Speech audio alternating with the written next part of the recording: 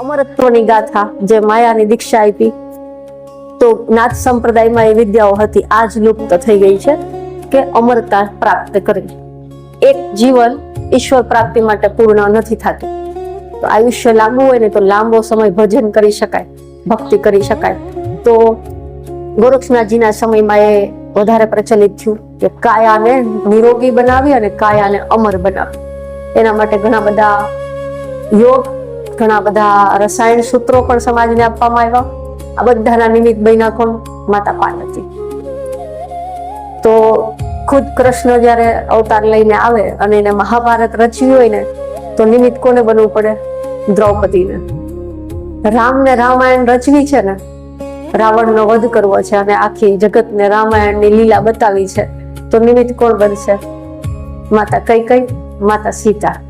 સ્ત્રી હંમેશા પાયો બને. કઈ પણ સર્જન થવા માટે, કઈ પણ આ સૃષ્ટિમાં બને ને, તો એના પાયામાં શક્તિ હોય છે. અને ત્યારે જ ઈશ્વર પોતાની આ લીલાઓ અથવા તો એને જે કઈ બોધપાઠ જગતને દેવા છે અવતાર લઈને, એ ત્યારે જ દઈ શકે જ્યારે હોમાવા માટે કોઈ એક સ્ત્રી તૈયાર હોય. તો નવનાથમાં એક જ સ્ત્રી છે, ઉદયનાથ, પાર્વતીજી પોતે.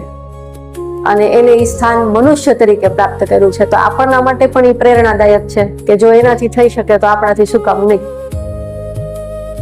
આ કથા નાનકડી કમથી માં પાર્વતીની નાથ સંપ્રદાયમાં. આમ તો આનંદ છે કે ભાઈ મહાકાલી સ્વરૂપે પણ ગોરક્ષનાથજીની પરીક્ષા કરવા ગયા હતા. આ ત્રિયારા છે ત્યાં કામાખ્યા કરીને જે સ્થાન છે, આજ પણ નાથ સંપ્રદાય અનેક સાધુઓ ત્યાં છે. અનેક જાતની મંત્રોની અને સાબર વિદ્યાઓની સિદ્ધિઓ એની પાસે આજની તારીખે છે. મહાકાલી તરીકે જયારે પરીક્ષા લે છે તો માખી બની અને ગોરક્ષનાથજીના શરીરમાં જતી રહે છે. 10 દરવાજા ગોરક્ષનાથજી બંધ કરી દે છે અને બંને હટ તો કે ગોરક્ષનાથજી કહે કે હું કોઈ દ્વાર ખોલું, 10 દરવાજા શરીરમાં જે છે એમાંથી કોઈ ખોલું તો મારો તપ ભ્રષ્ટ થાય. અને મહાકાલી એમ કહે છે કે ભાઈ હું જ નહીં હોય તો સંસારને ચલાવશે કોણ? તો બંનેનું હોવું જરૂરી છે. ગોરક્ષનાથજી એનું તપ ન છોડે. ત્યારે માં કાલી ગોરક્ષનાથજી એને એવું કહે છે કે આજથી કાલી સ્વરૂપે હું તમારી દીકરી. હવે બહાર કાઢી શકાય ને, દીકરીને તો છોડી શકાય કે જગતની હું માતા છું, આજથી હું તમારી મહાકાલી તરીકે તમારી દીકરી. તો નાથ સંપ્રદાયમાં મહાકાલીની પૂજા પણ થાય છે.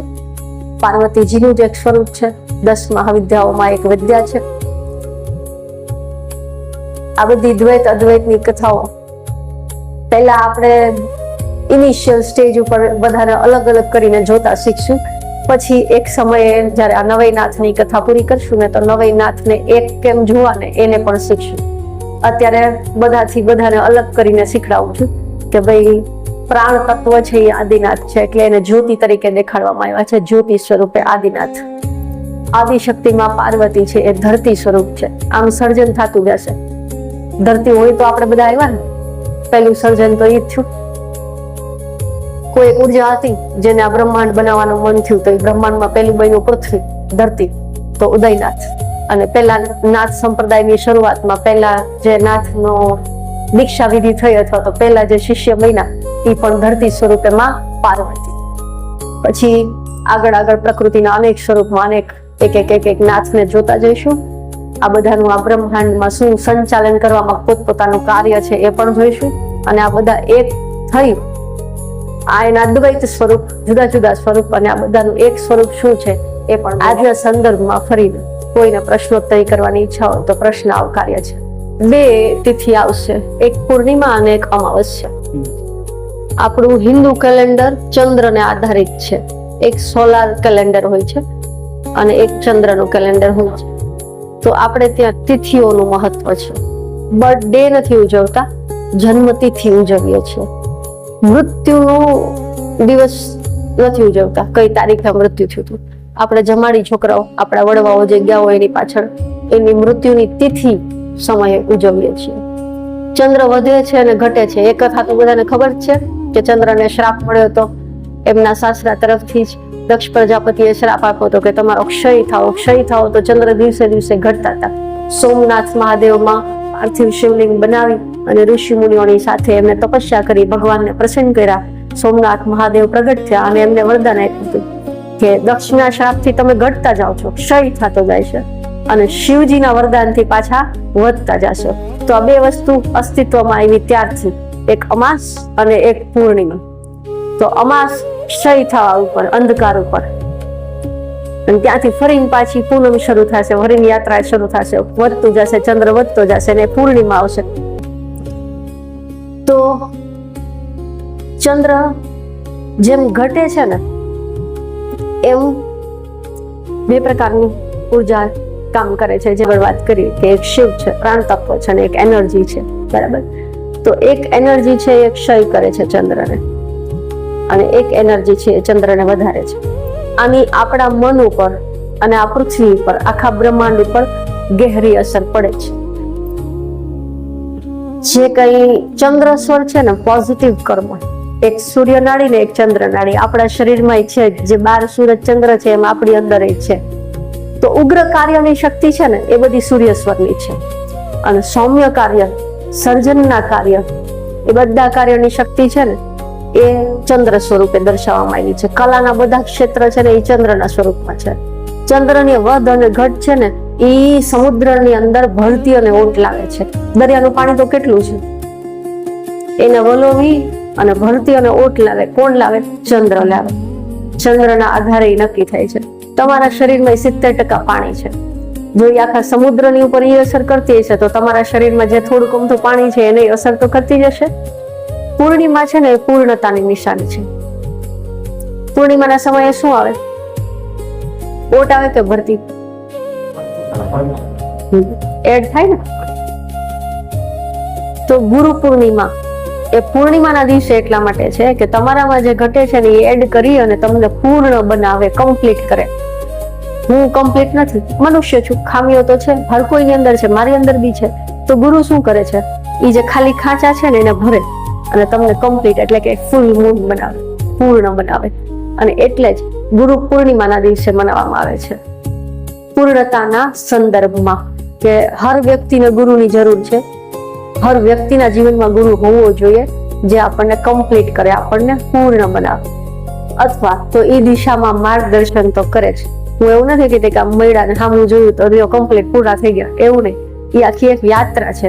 યાત્રાની શરૂઆત ક્યાંથી થશે? ગુરુ છે ને તમારી ભેગો એ પાછો શિષ્ય બને. ગુરુ કોને કહેવાય? ગણિત નામ આવતું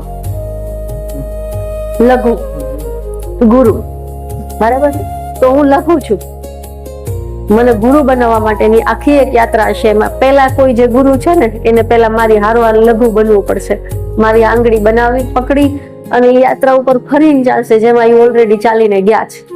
એને તો એ ભણી લીધું હતું, એ પહેલું બીજું ધોરણ એને જ ભણી લીધું હતું, પણ મારા માટે એ પાછા ચાલશે અને ફરી અને પોતાનું જે કાંઈ જ્ઞાન છે ને એને દાવ ઉપર લગાવશે. આ તો ચીકણો રસ્તો છે ને, ગમે ત્યાંથી લપસી જવાય. એ રિસ્ક લેશે, ફરીને રિસ્ક લેશે તમારી માટે કે હાલ હવે હું તને આગળનો રસ્તો બતાવું.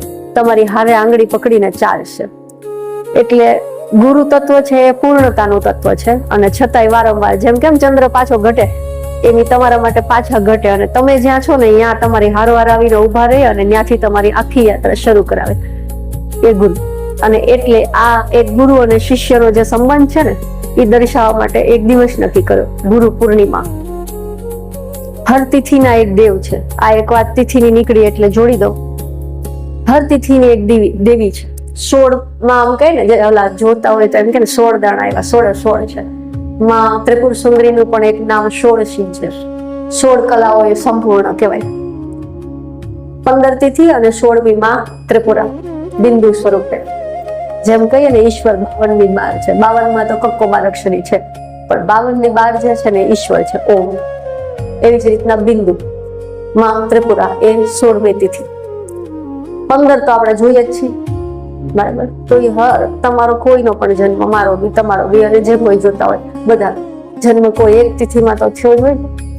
એક તિથિ એ તિથિની એક દેવી છે જે તમને ફેવરેબલ હોય, પણ આપણને ખબર નથી. કેટલા લોકોને પોતાની જન્મની તિથિ ખબર હશે, તારીખ પાકા પાયે યાદ હોય, આ તારીખે જન્માતા.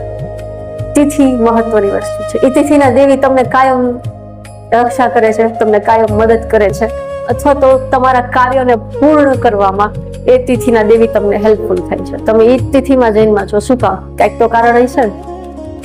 આપણે તિથિઓનું મહત્વ ભૂલી ગયા છે. ઇંગ્લિશ કેલેન્ડર ને બહુ ફોલો કરી છે ને તો હિન્દુ કેલેન્ડર જ ભૂલાઈ ગયું છે. તો એકમનો આ તિથિ છે, એનો આ મંત્ર છે, એનું આ યંત્ર છે.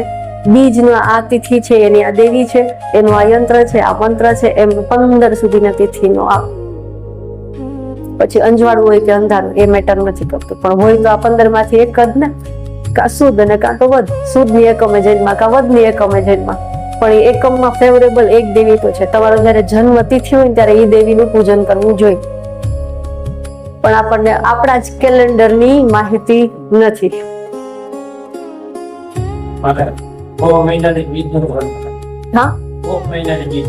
બીજ તો બીજના જે દેવી છે ને, બીજ તિથિ બીજ તો એના જે દેવી છે ને એ તમને ફેવરેબલ હોય, એ તમારા સહાયક દેવ હોય. જન્મ નો સમય સ્થાન પહેલેથી નિશ્ચિત જ હોય છે. મૃત્યુનું સ્થાન અને સમય પહેલેથી નિશ્ચિત જ હોય છે. આ બે ની વચ્ચેની આખી યાત્રા છે એનું નામ છે જીવન. એ એક ઓલો ટાઈમ બોમ્બ પ્રમાણે કેમ ટીક ટીક ટીક ટાઈમ આપ્યો છે. શું કરો એ તમારા હાથની વાત છે, એનો કેવો ઉપયોગ કરવો ને એ તમારે જોઈ લેવાનું. બાકી આ બે વસ્તુ ઈશ્વરે પોતાના હાથમાં રાખી છે. જન્મ એ તમારા હાથની વાત નથી, મૃત્યુ એ તમારા હાથની વાત નથી. આ બે ની વચ્ચે જે કરો છો એ તમારા હાથની વાત છે, એ કરી શકો. છેલ્લે હિસાબ થાય. શરણાગતિ શક્તિને પામી નથી શકાતું. જે કોઈ પામવા માટે મૈથા ને થાય કા એ હારા. જે એના શરણાગત થઈ ગયા ને એને બધું સહજતાથી મળી ગયું. કાંઈ ન સમજમાં આવે તો શક્તિને સમર્પિત થઈ શકાય. એને માપી નથી શકાતી, એને બાંધી નથી શકાતી, એના ઉપર કાબુ નથી લઈ શકાતો, એને સમર્પિત થઈ શકાય છે. શક્તિની આગળ શરણાગતિ, સમર્પણનો ભાવ. બીજી કોઈ રીતે શક્તિ જીતી નહીં શકાય. પછી તમારા કુળદેવી હોય તોય ભલે, તમે કોઈ ઉપાસના પદ્ધતિમાં કોઈ વિદ્યા ગ્રહણ કરો છો ને એમ શક્તિની ઉપાસના કરો છો તોય ભલે. પછી તમારા શરીરની અંદર જ સહન શક્તિ છે, પાચન શક્તિ છે, યાદ શક્તિ છે, એમ 10 મહાવિદ્યાઓ તમારી અંદર જ છે. એ શક્તિને સમર્પિત થાવ ને, ભૂખ લાગે ત્યારે જમો, તરસ લાગે ત્યારે પાણી પીવો, તો એ શક્તિને સમર્પણ છે. પણ હું રોકી રાખું તો એ ક્યાંક ને ક્યાંક જેને રોગ બનીને નીકળશે, તમે બાંધી નહીં શકો. ક્રોધ આવ્યો તો ક્રોધની એક શક્તિ બની ગઈ. ઈર્ષા જાગી તો ઈર્ષાની એક શક્તિ તો બની ગઈ. કાંઈક તો મારી અંદર નિર્માણ તો થઈ ગયું, સર્જન તો થઈ ગયું. મને ક્રોધ આવ્યો તો એ એનર્જી તો બની જ ગઈ. મારા શરીરમાં ધ્રુજારી આવી ગઈ, મારો અવાજ ભારે થઈ ગયો, મારો શ્વાસ ટૂંકો થઈ ગયો, એની અસર તો આવી જ ગઈ. બરાબર. હવે સામે કોઈ ખમતી દર છે ને આપણાથી કઈ થાય એમ નથી એટલે આપણે ચૂપ રહી જાય છે. એનાથી મતલબ બહાર ટ્રાન્સફર ન કરી, ઉર્જાનું નિર્માણ તો થઈ ગયું. હવે શું થશે? એ શરીરમાં ક્યાંક જમા થશે. એ શું બનશે? નેગેટિવિટી બનશે. એ શું બનશે? રોગ બનશે. એ શું બનશે? એ બ્લોક બનશે, બ્લોકેજ બનશે. તો ધ્યાન કરવા વાળો વ્યક્તિ, જાપ કરવા વાળો વ્યક્તિ, સાધના કરવા વાળો વ્યક્તિ શું કરશે? રોજ રોજ પોતાને અંદરથી સાફ કરશે. જેમ બહારથી નાવ છો ને રોજ, એમ એ અંદરથી તમને સાફ કરશે. આવા બ્લોકેજ, આવો કચરો જ્યાં જ્યાં જમા થયો હશે ને એને બહાર કાઢી દેશે. આજના માણસની શક્તિ ક્રોધ, ઈર્ષામાં, અને સૌથી વધારે કહું, સૌથી મોટી શક્તિ શું છે તમારી પાસે? સમય.